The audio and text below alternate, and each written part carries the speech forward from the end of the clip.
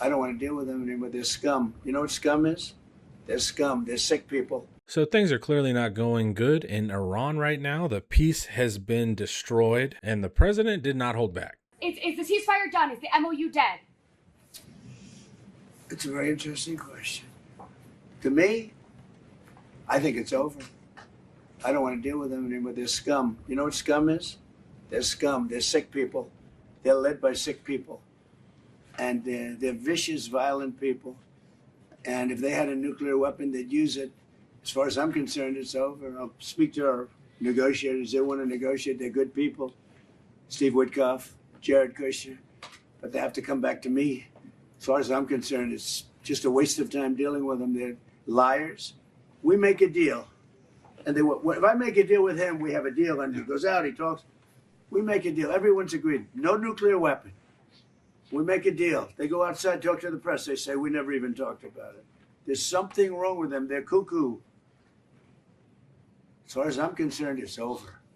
The great peace deal has already fallen through. So let's take a look. On June 18th, the president had said that America defeated Iran totally militarily and that the memorandum, the MOU, probably is unconditional surrender. And Trump even called the Iranians the smartest group the administration had dealt with, and they added that the Iranian people more broadly were very smart people. And then now they're scum, deranged lunatics, right?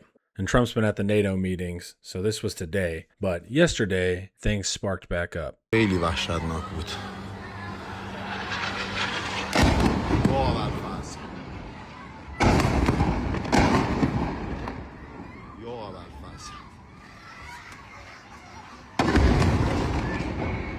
بندر عباس یا ابوالفضل دوباره جنگ شروع. وای وای. This is from before the strikes you just saw. So CENTCOM said, U.S. Central Command forces have begun launching a series of powerful strikes against Iran to impose heavy costs for targeting and attacking commercial shipping crewed by innocent civilians in an international waterway. The U.S. strikes are in response to Iranian attacks on 3 commercial vessels that were transiting the Strait of Hormuz. Iran's demonstrated aggression was unwarranted, dangerous, and a clear violation of the ceasefire. Iran did attack ships in the strait. They fired at least 2 missiles at commercial ships transiting the Strait of Hormuz, which you can see here, on Monday night. And then they attacked a 3rd commercial ship on Tuesday morning. And why did they do that? Because Iran wants you to go through that middle part of the strait, as you can see there. It's closer to Iran. They have more control. But the Americans and the ship traffic are actually sticking along the coast of Oman, trying to get a little bit further from Iran. Iran does not like that because they cannot exert full control over the traffic. So they did strike those boats because essentially they weren't going through the part of the strait they wanted so they can enforce better. And so you have this game going on here where the United States is saying, well, in the MOU, we said free shipping. Why would it matter if we go closer to Oman or not? It's free shipping, right? And then Iran is saying, well, if you look at the points of the MOU, and we're going to look at that in a second, you didn't include us. And part of the MOU is you have to include us in those talks. So if you want to go near Oman and avoid our side of the country a little bit more, then that needed to be discussed with us. And it wasn't. It was basically a workaround for the Americans and shipping traffic to try to avoid Iran altogether. And that's going to destroy their leverage. Remember, this is like an economic nuke for them. This is how they can control and win and get peace if they control global trade through here. If not, they don't really stand a chance. They can strike American bases, but they can't strike homeland America, and homeland America can strike them at any time. So they're really only their leverage here is the financial attacks that they can wage on the US and the global economy. But if you're constantly just skirting around Oman, you're removing that leverage from them.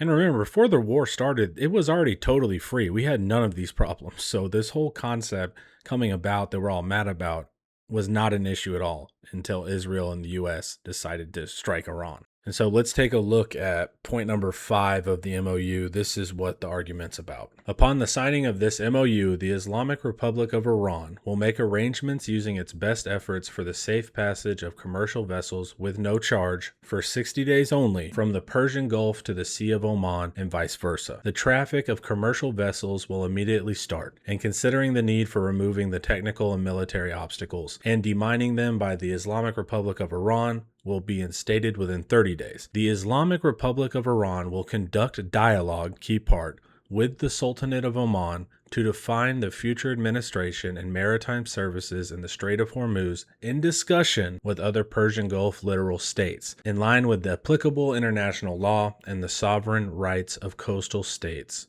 of the Strait of Hormuz. So it says a couple times that there needs to be a dialogue and a discussion between Iran and the Gulf states about how it would go, not just you can skirt around Oman and it's all good. So this is the part where Iran is saying, we're not going to allow that and we're going to strike the ships. And of course, America is reading the part where it says, well, don't we have free passage now? You said free passage. And it also says for 60 days only. So they have intent after that 60 days to take control of the strait and regulate traffic, charge people, whatever. But that limited window of 60 days also shows you their intent. So it doesn't appear there was any dialogue there, and that America and its allies just decided to do their own thing, taking away all of Iran's leverage, meaning that if they don't control the strait, then America can just bomb them at will, and there's really nothing they can do besides take it. And that's what America decided to do, as the clips you saw earlier. And this tweet reads, U.S. officials tell me these strikes are punishment, not proportional, and won't be over for a bit. And then let's watch this clip of Trump here talking about that non-proportional strategy. We attacked very powerfully last night the very dangerous people from Iran. They're sick. There's something wrong with them. We said, go and do your funeral stuff. And instead of that, they start shooting rockets at ships yesterday. And so we hit them very hard last night, very hard. I would say 20-1, 20 times tougher. And I told them, every time you hit, we hit. And of course, they're dirty players, so they go after everyone, probably including me. I've been number one on their list for years. And they're a bunch of scum. You want to know the truth. They're scum. So we're getting the harsh language there. He goes into that they killed their own people. They killed protesters. Then he gives a fake number of that they've killed 54,000 protesters. And that's just not close to what it was, even though they did kill protesters. And then all the strong language about them being crazy, scum, radical, all that kind of stuff. And he'll say, you know, the negotiators can talk, but I'm pretty much done. So he's clearly frustrated, and multiple times throughout, it's like a 20-minute meeting with the press, but throughout that several times he mentions that Iran wants to assassinate him, never noticing the irony that he's assassinated basically the Shia version of the Pope, a huge religious leader, as well as everyone in that administration about twice. But in this one, he's taking it far more personally. As you can see, the language is far more harsh. He's not doing that usual kind of mob boss speak where he'll be like, you know, they're good guys. We'll figure it out. Good guy. You know, I know they'll do the right thing. There's a lot of respect. You know, he's not doing that. He's clearly, there's an angrier tone today to his statements on Iran. And so we'll see what the negotiators can do. But the reality is, if you keep trying to skirt the strait and avoid Iran's power there, it's not going to go well. And of course, commercial trade, global trade, American identity is tied to that concept that we protect ships, essentially, no matter what. We really love ships. So I don't really see what happens here besides ratcheting up the tension, and then America eventually doing something horrific again, like the girls' school, and then losing further PR in this gross war and turning everyone against us because we're losing everyone money.